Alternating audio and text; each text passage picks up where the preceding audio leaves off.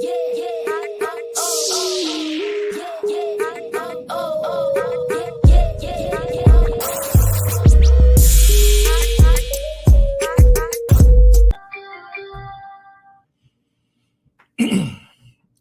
everybody, it's Dr. Rick. It is Monday. I hope everybody's gotten their week off to a great start.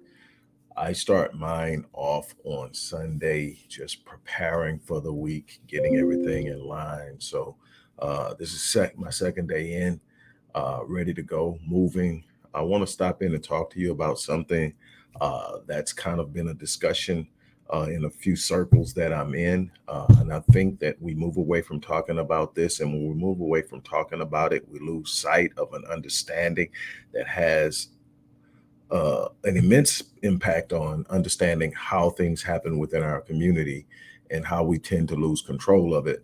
And I want to remind everybody that we are in the midst of a fundraiser. Our goal is to hit 10,000 by the end of the week for primarily the Black Man Lead Rite of Passage Initiative, but we are raising for the entire Odyssey project. So that includes our programs for girls and battered women, for Black Men Lead, for the Music is Life program, for the Black Empowerment Initiative, and more.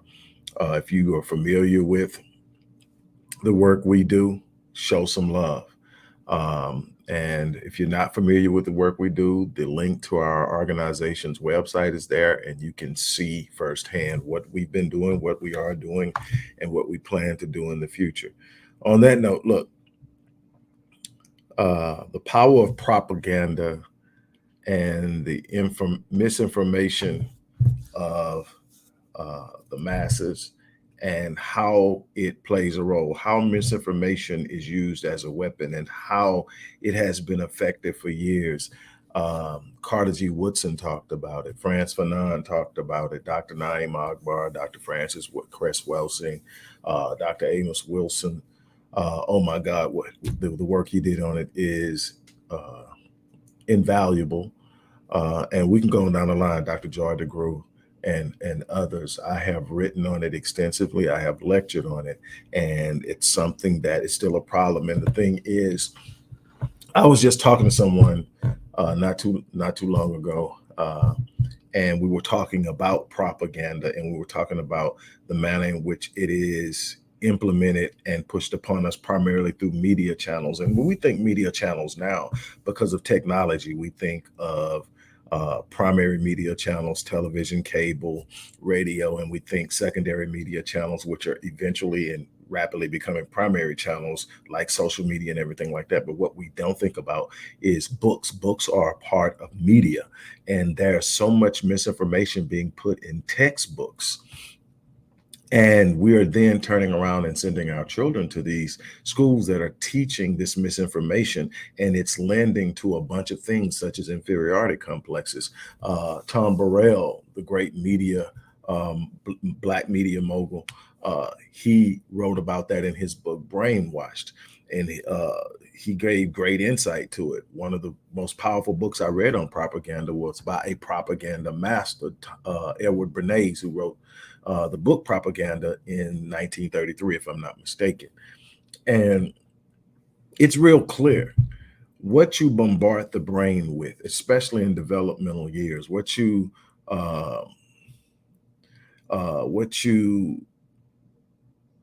set as the norm and standard. Everybody is governed by norms and standard. And so, for instance, if you see a situation and you look up and there's a kid who kills another kid, and you look at that kid and there's no sense of remorse, there's no sense of sorrow, there's no regret in the view of the look of the kid in their photo or wherever you see them. And you're going, what happened? You know, the kid has no conscience. Well, the kid has a conscience. The conscience is just set on a different norm and standard. What are your norms and standards? Your norm and standards are the environment that's produced around you that sets what is acceptable and what isn't acceptable.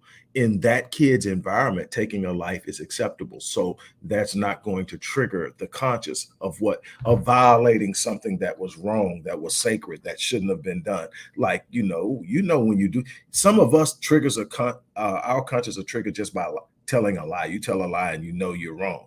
It's like a violation of your character. It's a violation of a standard. You don't do it because it makes you feel uncomfortable. And everybody has norms and standards, but the problem is we're sending our children to environments in which they are setting the norms and standards, but they're setting them in ways that we don't benefit.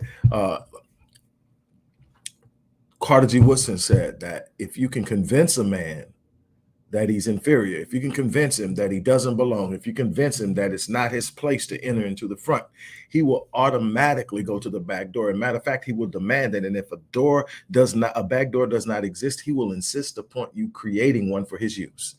That is the power of mental enslavement. That is the power of propaganda. And it just really floors me. It's hilarious when I get people who come to me and try to argue with me or to combat my position on propaganda by regurgitating propaganda. It is hilarious because they don't understand. They don't understand that the media is constantly feeding you ideas. And because we engage the media on so many different levels at such a high frequency, we are highly susceptible to these subliminal suggestions, to these subtle notions, to these ideas that are consistently pushed past the conscious into the subconscious mind, where they become a part of our stable reality. And our subconscious mind governs about 96% of our behavior. So if I can convince the subconscious mind that I'm inferior, if I can convince your subconscious mind that you're inferior, if I can convince your subconscious mind that you are not beautiful, if I can convince your subconscious mind that you are inherently hostile and violent, if I can convince your subconscious mind that my particular group is inherently intellectually superior and that we are the dominant class and that you should just aspire to be as close to who we are as you possibly can because that's as good as it's going to get for you. But we don't say it that way. We just sit up and we put a different image up for us than we do you. Prime example, you look at the average situation in which there's a crime committed. I have done actual research on this. White kids, crime done, if they're going to show a picture at all, it's going to be of them in their graduation tuxedo or their graduation cap and gown. Flip side, black kid, same crime. They're going to show the mugshot. There's a reason for that. Subliminally, the mugshot automatically suggests guilt. The graduation folder shows a fluidity and accomplishment and skill and pro-social behavior. It's an automatic push on an idea that when constantly pushed becomes the subtle notion or the objective reality. And that's where we're at right now. We're at a place where we're literally sitting up and we're allowing our kids at unbelievable rates to consume stuff that is not meant to empower them, but meant to misguide them. It's misinformation, but it's not just misinformation to throw someone off. It's misinformation used as a weapon. If I can convince you that you're inferior, you'll never be a challenge to me. You'll never be a threat to me because you will never pursue the things that will put you in a position of power. If I can convince you that you're inferiority and that you must seek my permission or you must seek my assistance before you can do anything to move yourself forward, what would you do? You will never seek an answer or a solution outside of the scope of what I've presented to you as your reality. I am creating your reality by the propaganda that I'm feeding you. And by this, I am controlling your movement. I'm controlling what you aspire to. I'm controlling the level at which you believe things are possible. I am telling you that there's a vein that does not belong to you, that there's a level that you will never transcend, not in a collective way. Yes, you will see some of your racial counterparts do some amazing things, but you would think they are the anomaly. You would think they are exception. You would think that they are prodigies. You would think that there has to be something going on that they did. They sold their soul, all kinds of things. Why? Because we don't make it like that. So it's got to be something they did in order to be able to get to that level. It couldn't be that they're exceptional. It couldn't be that they're extraordinary. It couldn't be that they're phenomenal. It has to be that they played they sold their self. They sold their self. No, don't get me wrong. There are definitely some of us that are selling our souls for a seat at the table.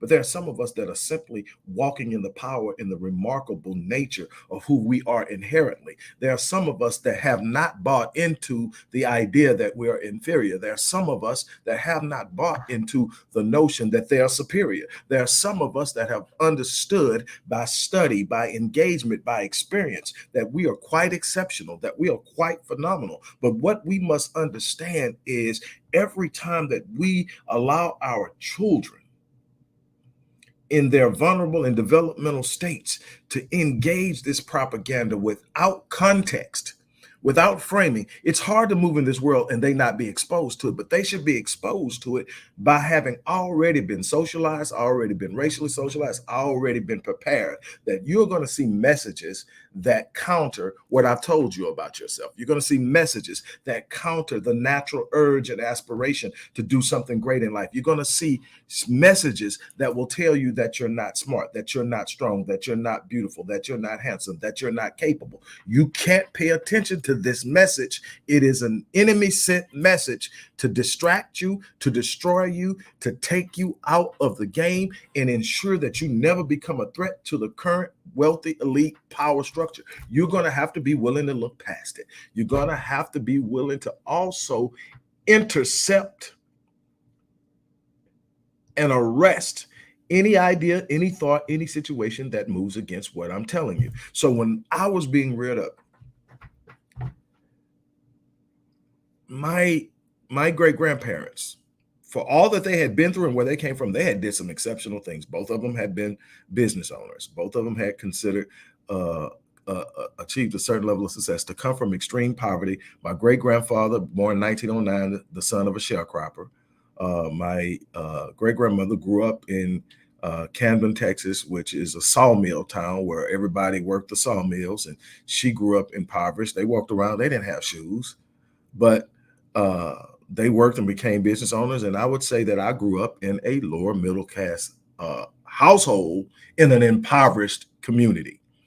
We were doing better than most people that lived around us. But they knew it was something better out there. They knew that they barely scratched the surface. They looked inside of me, and instead of looking and seeing how I could fit in, instead of telling me to do what they say, instead of telling me that, they told me, hey, there's something special about you. People are going to tell you that it's not. Don't believe it. You can do anything you want to, but here's what you're going to have to do. You're going to have to be 2 to 3 times better than any person that doesn't look like you, your skin color. You're going to have to be better than them. Why? Because it's set up for them to win. But hey, I'm going to tell you, you're so good that even though the game is stacked, you're going to win. We will not accept anything but you winning. You're not allowed to ever talk about losing. You're not allowed to ever talk about being hopeless. You're not allowed to ever talk about not having an answer or a solution. We don't want to hear it. Does racism exist? Absolutely, every day, 3 times on Sunday. But let me tell you something. It will not be an excuse in this house. They prepared me. By the time I got out and saw the world, I recognized it. I recognized when someone was sending me some misinformation. I recognized when someone was trying to corral me and put me in a box so that they could feel comfortable. I recognized it at a very early age that most people were okay with being average. But what it also made me do, and I thank God for this, is I didn't internalize it and make myself feel like I was an anomaly.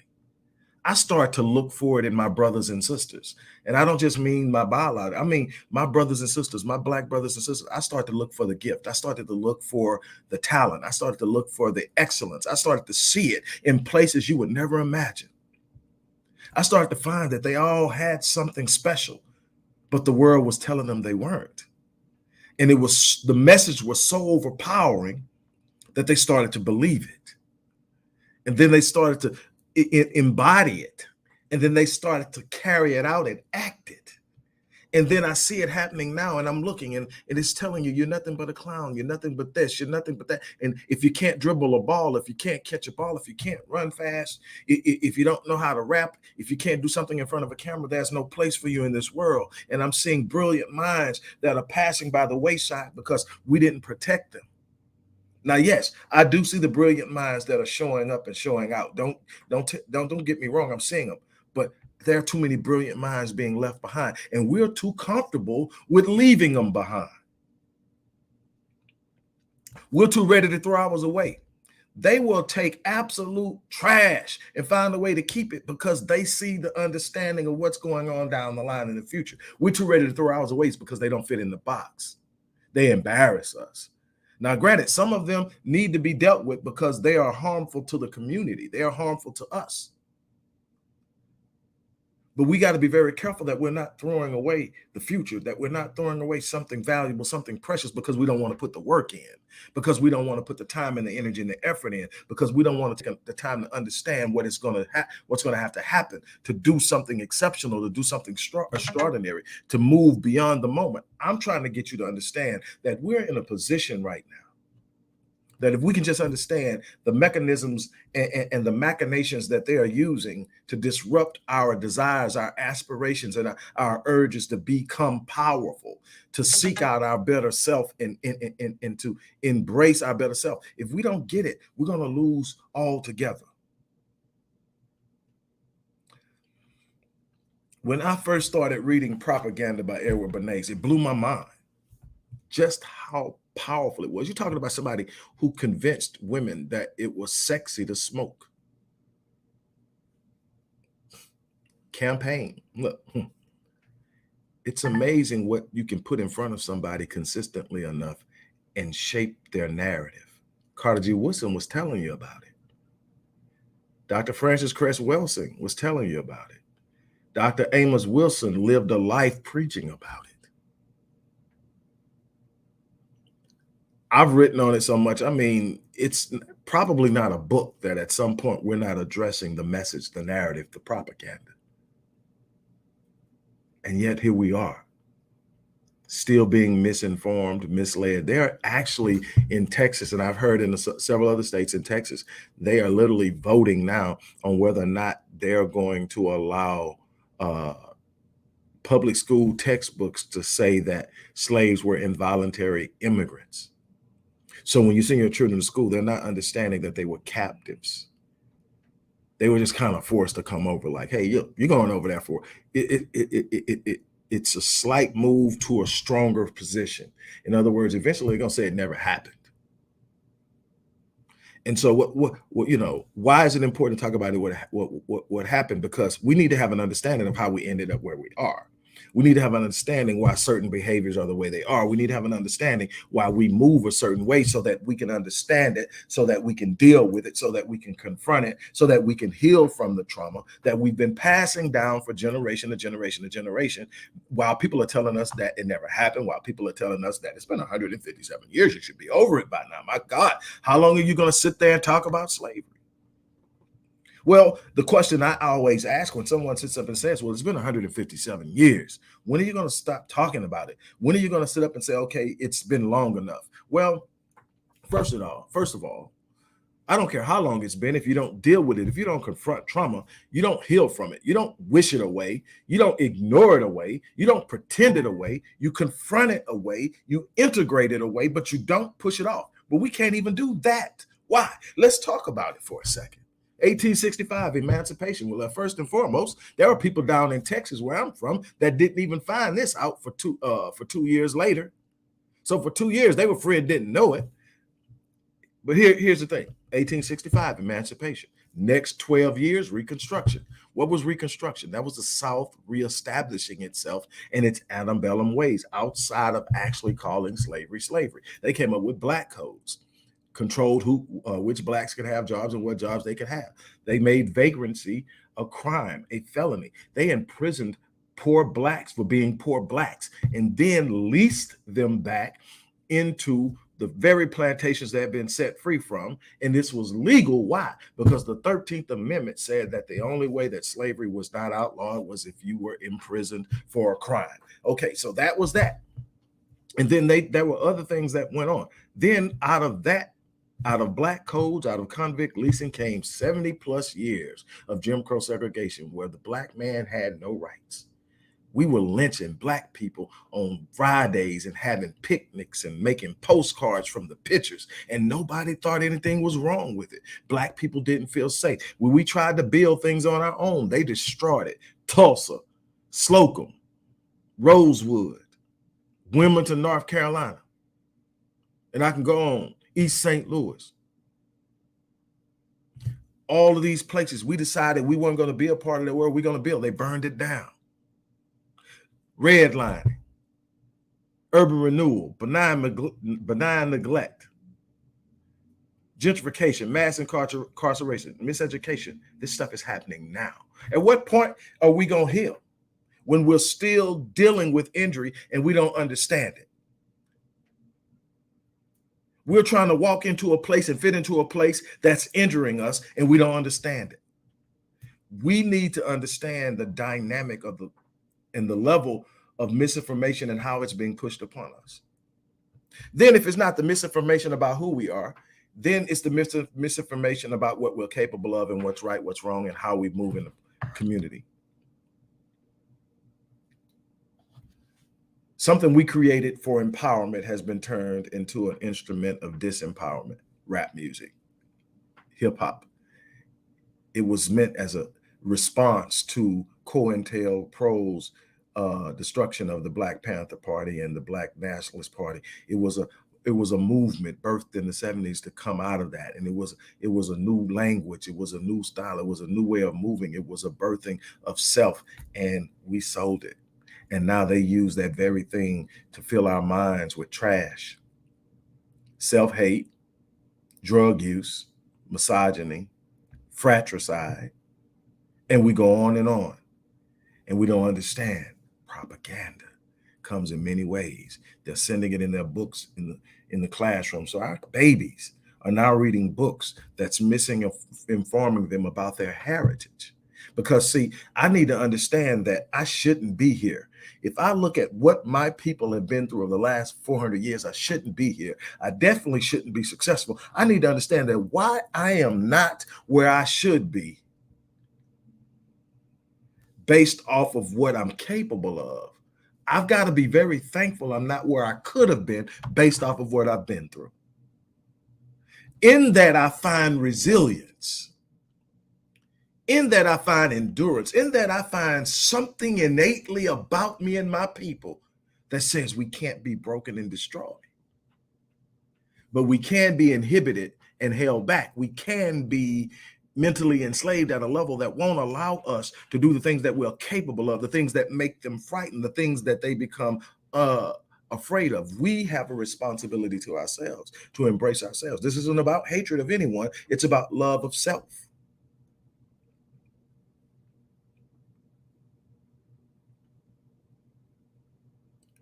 There's a large population of us, and then I'm going to say this and I'll be done. There's a large population of us that are uncomfortable with being pro-Black because they've been convinced that being pro-Black means anti-white. That's propaganda.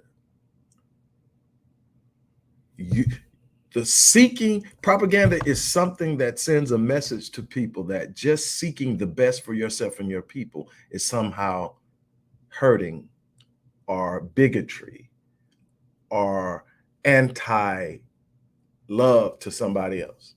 The very nature of loving yourself is now interpreted as hating them. And you don't think this thing is powerful?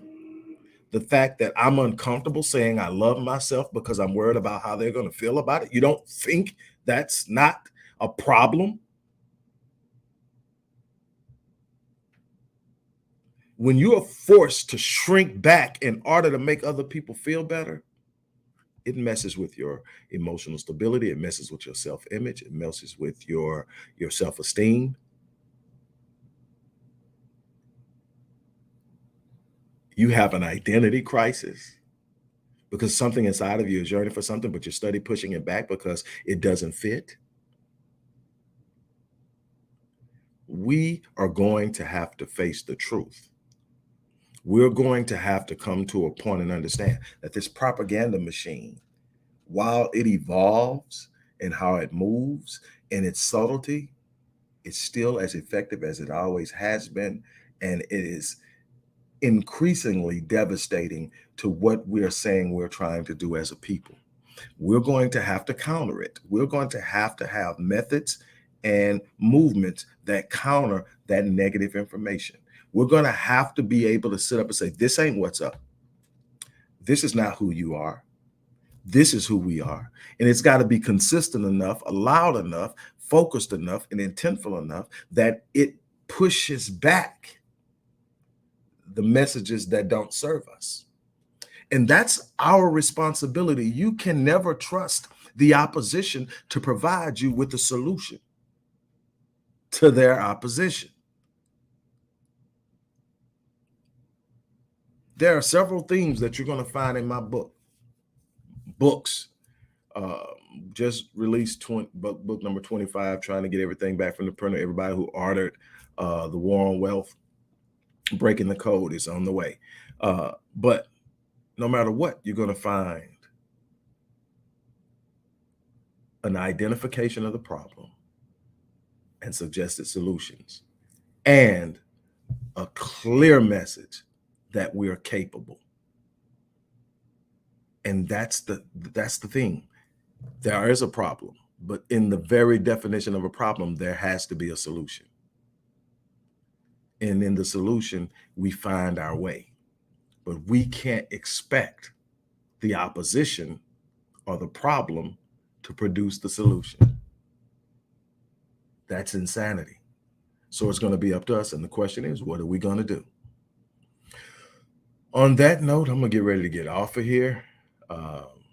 It's 12:37 my time. I'm going to take a quick break. But in the meantime, don't forget, if you haven't supported us, if you haven't given the link to give, the organization's Cash App account handle is also in there. Show some love and support for the work we do. We have a long way to go. We have a lot to be done. I'm riding this thing until there's nothing left in me. I am going to honor my commitment to love my people in every way that I possibly can. And I am going to tell you that you are capable of having an impact, but sitting around and just observing at a distance won't make it happen. On that note, I'm out of here. You guys have an unbelievable day, and I will check in on you later.